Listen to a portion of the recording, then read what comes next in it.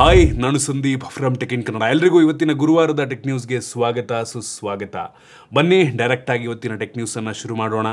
ಇವತ್ತಿನ ಮೊದಲ tech news ಬಂದ್ಬಿಟ್ಟು ಫೈನಲಿ ಆಪಲ್ನವರು ಅವ್ರದ್ದು ಐಫೋನ್ 17 ಸೀರೀಸ್ ಲಾಂಚ್ ಡೇಟನ್ನು ಕನ್ಫರ್ಮ್ ಮಾಡಿದ್ದಾರೆ. ಇದೇ ಸೆಪ್ಟೆಂಬರ್ 9ನೇ ತಾರೀಕು. ಇನ್ನೇನೊಂದು 10 ದಿನ ಇದೆ. 10 ದಿನದಲ್ಲಿ ಐಫೋನ್ 17 ಸೀರೀಸ್ ಲಾಂಚ್ ಆಗ್ತಾ ಇದೆ. IPhone 17, iPhone 17 air, iPhone 17 pro, iPhone 17 pro max. So mostly 4 ಡಿವೈಸ್ಗಳು ಲಾಂಚ್ ಆಗ್ಬೋದು. ಇದ್ರ ಜೊತೆಗೆ ಬೇರೆ ಏನಾದರೂ ಡಿವೈಸ್ನ ಲಾಂಚ್ ಮಾಡ್ತಾರಾ ಗೊತ್ತಿಲ್ಲ. ಸೊ ಒಟ್ಟಿನಲ್ಲಿ ಇನ್ನು 10 ದಿನದಲ್ಲಿ ಹೊಸ ಐಫೋನ್ ಅಂತೂ ಬರ್ತಾ ಇದೆ.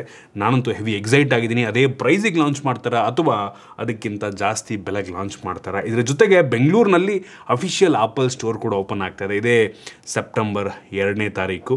ಪುಣೆನಲ್ಲೂ ಕೂಡ ಆ್ಯಕ್ಚುಲಿ ಹೊಸ ಆಪಲ್ ಸ್ಟೋರನ್ನು ಓಪನ್ ಮಾಡ್ತಾ ಇದ್ದಾರೆ.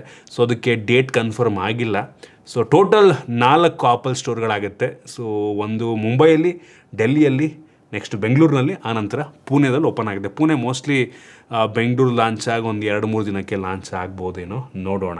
ಇನ್ನು ಮುಂದಿನ ಟೆಕ್ ನ್ಯೂಸ್ ಬಂದ್ಬಿಟ್ಟು ಟಿಕ್ಟಾಕ್ ವಾಪಸ್ ಬರುತ್ತೆ ಅಂತ ನಾವೆಲ್ಲರೂ ಕೂಡ ಅಂದ್ಕೊಂಡಿದ್ವು. ಏನಕ್ಕೆ ಅಂದರೆ ಟಿಕ್ಟಾಕಿಂದ ಅಫಿಷಿಯಲ್ ಪೇಜು ಸುಮಾರು 5 ವರ್ಷಗಳ ನಂತರ ನಮ್ಮ ದೇಶದಲ್ಲಿ ಓಪನ್ ಆಗ್ತಾ ಇತ್ತು. ಇದೀಗ ನಮ್ಮ ಗೌರ್ಮೆಂಟ್ನವರು ಆ ರೀತಿ ರಿಪೋರ್ಟನ್ನು ಡಿನೇ ಮಾಡಿದ್ದಾರೆ. ಸೊ ಟಿಕ್ಟಾಕ್ ವಾಪಸ್ ಬರ್ತಾ ಇಲ್ಲ. ತುಂಬ ಜನಕ್ಕೆ ಖುಷಿಯಾಗಿತ್ತು ಬರುತ್ತೆ ಅಂತ. ಸೊ ತಲೆ ಕೆಡಿಸ್ಕೊಂಬೇಡಿ, ಬರ್ತಾ ಇಲ್ಲ. ಸೊ ಎಲ್ಲರೂ ಕೂಡ ಪೌಡ್ರನ್ನ, ರಿಂಗ್ ಲೈಟ್ನ ಹೆವಿ ಮೀಮ್ಸ್ಗಳು ಓಡ್ತಾ ಇದ್ರ ಬಗ್ಗೆ. ಸೊ ಟಿಕ್ಟಾಕ್ ಬರ್ತಿಲ್ಲ ಕಂಡ್ರಪ್ಪ, ತುಂಬ ಜನ ಕನಸು ಕಾಣ್ತಾ ಇದ್ರಿ ಅಂತ ಕಾಣುತ್ತೆ. ಇನ್ನು ಮುಂದಿನ ಟೆಕ್ ನ್ಯೂಸ್ ಬಂದ್ಬಿಟ್ಟು ರಷ್ಯಾದಲ್ಲಿ ನಮ್ಮ ಭಾರತೀಯರಿಗೆ ಯಾಕೋ ಬೇಡಿಕೆ ಜಾಸ್ತಿ ಆಗ್ತಾ ಇದೆಯಂತೆ, ಆಯಿತಾ. ಸೊ ಏನಕ್ಕೆ ಅಂದರೆ ರಷ್ಯಾದಲ್ಲಿ ಈ ಇಂಡಸ್ಟ್ರಿ ವರ್ಕರ್ಸ್ಗಳ ಕೊರತೆ ಇದೆಯಂತೆ ತುಂಬ. ಅಲ್ಲಿ ಕೆಲಸದವರೇ ಇಲ್ವಂತೆ, ಲೇಬರ್ಗಳು. ಸೊ ಇಂಡಿಯಾದಿಂದ ಅಲ್ಲಿ ಕರೆಸ್ಕೊಂಡು ಅಲ್ಲಿ ಕೆಲಸ ಕೊಡೋ ಸಾಧ್ಯತೆಗಳು ಜಾಸ್ತಿ ಇದೆ. ಸೊ ಓಪನಿಂಗ್ ಶುರು ಆಗಬಹುದು ನೋಡ್ರಪ್ಪ. ರಷ್ಯಾದಲ್ಲಿ ಯಾರಾದರೂ ಕೆಲಸ ಮಾಡಬೇಕು ಅಂತ ಅಂದ್ಕೊಂಡಿದ್ದವರು ವಿಚಾರಿಸ್ಕೊಂಡು ಕೇರ್ಫುಲ್ಲಾಗಿ ಹೋಗಿ. ಕೆಲವು ಜನ ಯಾಮಾರ್ಸೋರು ಇರ್ತಾರೆ, ದುಡ್ಡು ಇಸ್ಕೊಂಬಿಟ್ಟು ಕಳಿಸ್ತೀನಿ ಅಂದ್ಬಿಟ್ಟು. ಕೇರ್ಫುಲ್ಲಾಗಿ ಹೋಗಿ, ಆಯಿತಾ. ಅಲ್ಲಿ ರಷ್ಯನ್ಸ್ ಕೆಲಸ ಸಿಕ್ಬಿಡ್ತಾರೆ ಅಂದ್ಬಿಟ್ಟು ಕನ್ಸು ಕಟ್ಕೊಂಡೆಲ್ಲ ಹೋಗ್ಬೇಡಿ. ಸಂಬಳ ಸುಮಾರಾಗಿರುತ್ತೆ ನಂಗೆ ಅನ್ನಿಸ್ತಂಗೆ. ಅಮೆರಿಕಾ ಲೆವೆಲ್ಗೆಲ್ಲ ಇರಲ್ಲ, ರಷ್ಯಾದಲ್ಲಿ ಒಂದು ಲೆವೆಲಿಗೆ ಇರುತ್ತೆ. Heavy cold weather.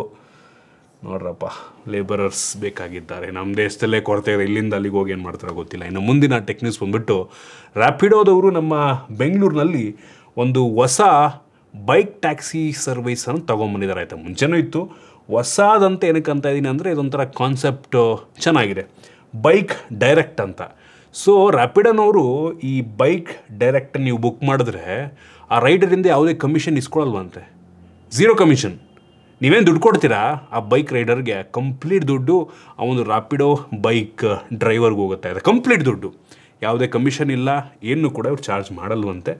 ಸೊ ಇದು ಆ್ಯಕ್ಚುಲಿ ಲೀಗಲ್ ಆಗುವುದಿಲ್ಲ ಅಂತ ಇದ್ದಾರೆ. ಸೊ ಮೋಸ್ಟ್ಲಿ ನಮ್ಮ ಸ್ಟೇಟ್ ಗೌರ್ಮೆಂಟ್ನವರು ಇದಕ್ಕೆ ಆ್ಯಕ್ಷನ್ ತೊಗೊಬೋದೇನೋ. ಏನಕ್ಕೆ ಅಂದರೆ ಅಟ್ಲೀಸ್ಟ್ ಟ್ಯಾಕ್ಸ್ ಆದರೂ ಪೇ ಮಾಡಬೇಕಲ್ವ, ಸರ್ವಿಸ್ ಟ್ಯಾಕ್ಸ್ ಎಲ್ಲ ಪೇ ಮಾಡಬೇಕಲ್ವ. ಸೊ ಅದನ್ನು ರ್ಯಾಪಿಡೋನವರು ಅಂತೂ ಪೇ ಮಾಡಲ್ಲ. ಇನ್ನು ಡ್ರೈವರ್ಗೆ ಫುಲ್ ಹೋಯ್ತು ದುಡ್ಡು ಅಂತ ಅಂದರೆ ಆ ಡ್ರೈವರ್ ಅದನ್ನು ಪೇ ಮಾಡಬೇಕಾಗುತ್ತೆ. ಅದನ್ನು ಬೇರ್ ಮಾಡ್ತಾರೆ ಡ್ರೈವರು ಅನ್ನೋಂಥದ್ದು ಪ್ರಶ್ನೆ. ನೋಡಬೇಕು. ಒಳ್ಳೆ ಕಾನ್ಸೆಪ್ಟ್ ಚೆನ್ನಾಗಿದೆ. ಬಟ್ ಕ್ಯಾಬು ಮತ್ತು ಆಟೋ ಓಡಿಸೋರನ್ನ ಯೋಚನೆ ಮಾಡಿಕೊಂಡ್ರೆ ಇದು ಸರಿಯಲ್ಲ ಅಂತ ಅನಿಸುತ್ತೆ. ಇನ್ನು ಕೆಲವೊಂದು ಟೈಮ್ ಈ ಆಟೋ ಡ್ರೈವರ್ಗಳು ಜಾಸ್ತಿ ಚಾರ್ಜ್ ನೋಡಿದಾಗ ಇದು ಸರಿನೂ ಅನಿಸುತ್ತೆ. 2 ಕಡೆನೂ ವಾದಗಳು ಸರಿ ಅನಿಸುತ್ತೆ ಕೆಲವೊಂದು ಟೈಮು. ಬಟ್ ಏನೋ ಗೊತ್ತಿಲ್ಲ. ಅಟ್ಲೀಸ್ಟ್ ಎಲ್ಲೋ ಬೋರ್ಡ್ಗಾದರೂ ಅಲೌ ಮಾಡಬೇಕು ನಂಗೆ ಅನ್ನಿಸ್ದಂಗೆ. ನೋಡೋಣ ಏನಾಗುತ್ತೆ ಅಂತ. ಇನ್ನು ಮುಂದಿನ ಟೆಕ್ ನ್ಯೂಸ್ ಬಂದ್ಬಿಟ್ಟು ಯಾರೋ ಒಬ್ಬರು ರಾಜಸ್ಥಾನದಲ್ಲಿ ಗೂಗಲ್ ಮ್ಯಾಪ್ ಹಾಕ್ಕೊಂಡು ವ್ಯಾನಲ್ಲಿ ಹೋಗ್ತಾ ಇದ್ರಂತೆ, ಆಯಿತಾ. ಈ ಗೂಗಲ್ ಮ್ಯಾಪ್ ನಂಬುದ್ರೆ ಹಿಂಗೇನೆ ಹೋಗ್ಬಿಟ್ಟು ನದಿಗೆ ಕಳಿಸ್ಬಿಟ್ಟಿದೆ ಗೂಗಲ್ ಮ್ಯಾಪ್. ಹಿಂಗೆ ಗೂಗಲ್ ಮ್ಯಾಪಿಗೆ ಗೊತ್ತಿರುತ್ತಾ ಕೆಲವೊಂದು ಟೈಮ್ ಎಷ್ಟೋ ಸಲ ನಮಗೆ ಈ ರೀತಿ ಆಗಿಬಿಡುತ್ತೆ. ನದಿ ಮೋಸ್ಟ್ಲಿ ಕೋಡಿ ಬಿದ್ದು ಹರಿತಾ ಇದೆ ಅಂತ ಕಾಣುತ್ತೆ. ಕೆರೆನೋ ನದಿನೋ ಗೊತ್ತಿಲ್ಲ ಅದು. ಸೊ ರೋಡ್ ಇದೆ ಅಂದ್ಬಿಟ್ಟು ಅಲ್ಲಿಗೆ ಹೇಳಿದೆ, ಕತ್ತಲಲ್ಲಿ ಗೊತ್ತಾಗಿಲ್ಲ ಅಂತ ಕಾಣುತ್ತೆ. ನುಗ್ಗಿಸ್ಬಿಟ್ಟವ್ರೆ ನದಿಗೆ.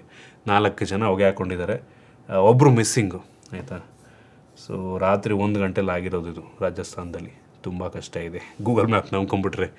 ಇನ್ನು ಮುಂದಿನ ಟೆಕ್ ನ್ಯೂಸ್ ಬಂದ್ಬಿಟ್ಟು ಏನೋ ನಮ್ಮ ದೇಶದಲ್ಲಿ ಲೋನ್ ತಗೊಳ್ಳೋರಿಗೆ, ಫಸ್ಟ್ ಟೈಮ್ ಲೋನ್ ತಗೊಳ್ಳೋರಿಗೆ ಬಿಗ್ ರಿಲೀಫ್ ಅಂತ ಹೇಳ್ತಾ ಇದ್ದಾರೆ. ಏನಕ್ಕೆ ಅಂದರೆ ನೀವೇನಾದ್ರು ಫಸ್ಟ್ ಟೈಮ್ ಲೋನ್ ತೊಗೋತಾ ಇದ್ದರೆ ಸಿಬಿಲ್ ಸ್ಕೋರನ್ನು ಚೆಕ್ ಮಾಡಲ್ವಂತೆ. ಆಬ್ವಿಯಸ್ಲಿ ಗುರು, ಫಸ್ಟ್ ಟೈಮ್ ಲೋನ್ ತೊಗೋತಾ ಇದ್ದಾರೆ, ಸಿಬಿಲ್ ಹೆಂಗಿರುತ್ತೆ ಅವ್ರದ್ದು? ಸಿಬಿಲ್ ಸ್ಕೋರೇ ಜನ್ರೇಟ್ ಆಗಿರೋಲ್ಲ. ನೀವು ಲೋನ್ ಇಲ್ಲ ಅಂತ ಅಂದರೆ ಸಿಬಿಲ್ ಸ್ಕೋರೇ ಇರೋಲ್ಲ ನಿಮ್ಮದು. ಲೋನ್ ತಗೊಂಡಿದ್ರೆ ಇರುತ್ತೆ. ಸೊ ಆಬ್ವಿಯಸ್ಲಿ ಫಸ್ಟ್ ಟೈಮ್ ಇದು ಮಾಡ್ಬೇಕಾದ್ರೆ ಸಿಬಿಲ್ ಸ್ಕೋರ್ ಹೆಂಗಪ್ಪ ನೋಡ್ತಾರೆ, ಫಸ್ಟ್ ಟೈಮ್ ಕೊಡ್ಬೇಕಾದ್ರೆ ಒಂದು ಲಿಮಿಟಲ್ಲಿ ಕೊಡ್ತಾರೆ ನಂಗೆ ಅನ್ನಿಸ್ತಂಗೆ. ಫಸ್ಟ್ ಟೈಮ್ ಹೋಗ್ಬಿಟ್ಟು ಒಂದು ಕೋಟಿ 2 ಕೋಟಿ ನಂಗೆ ಲೋನ್ ಕೊಡಿ ಅಂದರೆ ಕೊಡಲ್ಲ ಅವರು. ಸ್ಟಾರ್ಟಿಂಗ್ ನಿಮಗೆ ಒಂದು 50,000 1 ಲಕ್ಷನೋ ಕೊಡ್ತಾರೆ. ನೀವು ಚೆನ್ನಾಗಿ ರೀಪೇ ಮಾಡಿದ್ರೆ ಸಿಬಿಲ್ ಸ್ಕೋರ್ ಆಗಿ ಮೇಂಟೈನ್ ಆಗುತ್ತಲ್ವಾ. ಸೊ ನೀವು ಕರೆಕ್ಟಾಗಿ ರೀಪೇ ಮಾಡಿದ್ರೆ ಸಿಬಿಲ್ ಸ್ಕೋರ್ ಇಂಪ್ರೂವ್ ಆಗುತ್ತೆ. ಆಮೇಲೆ ನೆಕ್ಸ್ಟ್ ಲೋನ್ನ ಸ್ವಲ್ಪ 2 ಲಕ್ಷ 3 ಲಕ್ಷ. ಸೊ ನಿಮ್ಮದು ಪ್ರೀವಿಯಸ್ ಲೋನ್ ಹಿಸ್ಟ್ರಿ ಎಲ್ಲ ನೋಡಿಕೊಂಡು ಪೇಮೆಂಟ್ ಎಲ್ಲ ಹೆಂಗೆ ಮಾಡಿದಿರ ಅಂತ ನೋಡಿಕೊಂಡು ನಿಮ್ಮದು ಲೋನ್ ಅಮೌಂಟನ್ನು ಇಂಕ್ರೀಸ್ ಮಾಡ್ಕೊಂಡು ಹೋಗ್ತಾರೆ. ಆ ರೀತಿ ಇದು ಏನೋ ಬಿಗ್ ರಿಲೀಫ್ ಅಂತೆ, ಹೆಂಗೆ ರಿಲೀಫ್ ಕೊಡುತ್ತೋ ಗೊತ್ತಿಲ್ಲ. ಇನ್ನು ಮುಂದಿನ ಟೆಕ್ ನ್ಯೂಸ್ ಬಂದ್ಬಿಟ್ಟು, ಸೊ ಆಪಲ್ನವರು ರಿಲಯನ್ಸ್ ಜಿಯೋ ಅವ್ರ ಜೊತೆ ಕೊಲಾಬ್ರೇಟ್ ಮಾಡಿಕೊಂಡು RCS ಮೆಸೇಜಿಂಗ್ ಫೀಚರ್ನ ಐಫೋನಿಗೆ ತೊಗೊಂಬರ್ತಾ ಇದ್ದಾರೆ. ಏನಪ್ಪ ಇದು RCS ಮೆಸೇಜಿಂಗ್ ಫೀಚರ್ ಅಂತ ಅಂದರೆ, ಇಂಟರ್ನೆಟ್ ಮುಖಾಂತರ ನೀವು ಮೆಸೇಜನ್ನು ಕಳಿಸುವಂಥದ್ದು. ಆಯಿತಾ, ನಾರ್ಮಲಿ ನಾವು ಏನು ನಾರ್ಮಲ್ ಟೆಕ್ಸ್ಟ್ ಮಾಡ್ತೀವಿ ಅದು ಇಂಟರ್ನೆಟ್ ಆಫ್ ಆಗಿದ್ರೂ ಸಹ ಸೆಂಡ್ ಆಗುತ್ತೆ. ಬಟ್ ಈ ಫೀಚರಿಂದ ನೀವು ಹೈ ಕ್ವಾಲಿಟಿ ಇಮೇಜಸ್, ಎಮೋಜಿಗಳು ಇದನ್ನೆಲ್ಲ ಇಂಟರ್ನೆಟ್ ಥ್ರೂ ಒಂದು ನಾರ್ಮಲ್ ಮೆಸೇಜನ್ನು ಕಳಿಸ್ಬೋದು. ಆಯಿತಾ, ಇದನ್ನು ಆಪಲ್ನವರು ಜಿಯೋ ಜೊತೆ ಕೊಲಾಬ್ರೇಟಾಗಿ ಮಾಡ್ತಾ ಇದ್ದಾರೆ. ನಂಗೆ ಅನ್ನಿಸ್ತಂಗೆ ತುಂಬ ಜನ ಇದನ್ನು ಯೂಸ್ ಮಾಡಲ್ಲ. ಆಯಿತಾ, ಈ RCS ಫೀಚರ್ನ ಆಫ್ ಮಾಡಿ ಇಟ್ಕೋತಾರೆ ತುಂಬ ಜನ. ಆಯಿತಾ, ಸೊ ಏರ್ಟೆಲ್ ಅವ್ರ ಜೊತೆನೂ ಕೊಲಾಬ್ರೇಟ್ ಮಾಡ್ತಾರೆ. ಸೊ ನೆಕ್ಸ್ಟಿಂದ ಈಗ ವಾಟ್ಸಪ್ ರೀತಿಯಲ್ಲೇ ಬ್ಲೂಟಿಕ್ಕು, ಸೊ ಎಲ್ಲ ಫೀಚರ್ ಡೆಲಿವರ್ಡ್ ಆಗಿರುವಂಥ ನೋಟಿಫಿಕೇಷನ್ ಬರುತ್ತಲ್ವ, ಇದೆಲ್ಲದು ಬರೋ ರೀತಿ ಫೀಚರು. ನಂಗೆ ಅನ್ನಿಸ್ತಂಗೆ ಆ್ಯಂಡ್ರಾಯ್ಡಲ್ಲಿ ಕೆಲವೊಂದು ಫೋನ್ಗಳಲ್ಲಿ, ಅಂದರೆ ಮೋಸ್ಟ್ಲಿ ಯೂಶಲಿ ಐಎಂಡ್ ಫೋನ್ಗಳಲ್ಲಿ RCS ನಂಗೆ ಅನ್ನಿಸ್ತಂಗೆ ಸಪೋರ್ಟ್ ಆಗುತ್ತೆ ಆಲ್ರೆಡಿ ಆ್ಯಂಡ್ರಾಯ್ಡಲ್ಲಿ. ಬಟ್ ತುಂಬ ಜನ ಯೂಸ್ ಮಾಡಲ್ಲ ಅಷ್ಟೇ ನಂಗೆ ಅನ್ನಿಸ್ತಂಗೆ. ಇನ್ನು ಮುಂದಿನ ಟೆಕ್ ನ್ಯೂಸ್ ಬಂದ್ಬಿಟ್ಟು, ಈಜಿಪ್ಟಲ್ಲಿ 13 ವರ್ಷದ ಒಬ್ಬ ಹುಡುಗ ಇನ್ಸ್ಟ್ಯಾಂಟ್ ನೂಡಲ್ ಇರುತ್ತಲ್ವ, ಮ್ಯಾಗಿ ರೀತಿ, ಅದನ್ನು ಬೇಯಿಸ್ಕೊಳ್ದಂಗೆ ರಾನ 3 ಪ್ಯಾಕೆಟ್ ತಿಂದ್ಬಿಟ್ಟವನೆ. ಬೇಯಿಸ್ಕೊಳ್ದಂಗೆ ಗಟ್ಟಿ ಇರುತ್ತಲ್ವ ಅದನ್ನೇ 3 ಪ್ಯಾಕೆಟ್ ತಿಂದ್ಬಿಟ್ಟವನೆ. ಸೊ ಏನಾಗಿತ್ತೋ ಏನೋ ಗೊತ್ತಿಲ್ಲ, ಹೊಗೆ ಹಾಕೊಂಬಿಟ್ಟವನೆ. ಏನು ರೀಸನ್ ಅಂತ, ಮೋಸ್ಟ್ಲಿ ನೂಡಲ್ ತಿಂದೆ ಆ ರೀತಿ ಆಯಿತು ಏನೋ, ಒಳಗಡೆ ಹೋಗ್ಬಿಟ್ಟು ಏನಾದ್ರು ಆ ನೂಡಲ್ಸ್ ಇರೋದು ಕರಳಿಗೆಲ್ಲ ಸಿಗಾಕೊಂಡ್ಬಿಡ್ತಾವ. ನನ್ನ ಇಮ್ಯಾಜಿನೇಷನ್ ನಾನು ಹೇಳ್ತಾ ಇದ್ದೀನಿ, ಗೊತ್ತಿಲ್ಲಪ್ಪ, ಡಾಕ್ಟ್ರು ಅಂತೂ ಅಲ್ಲ ನಾನು.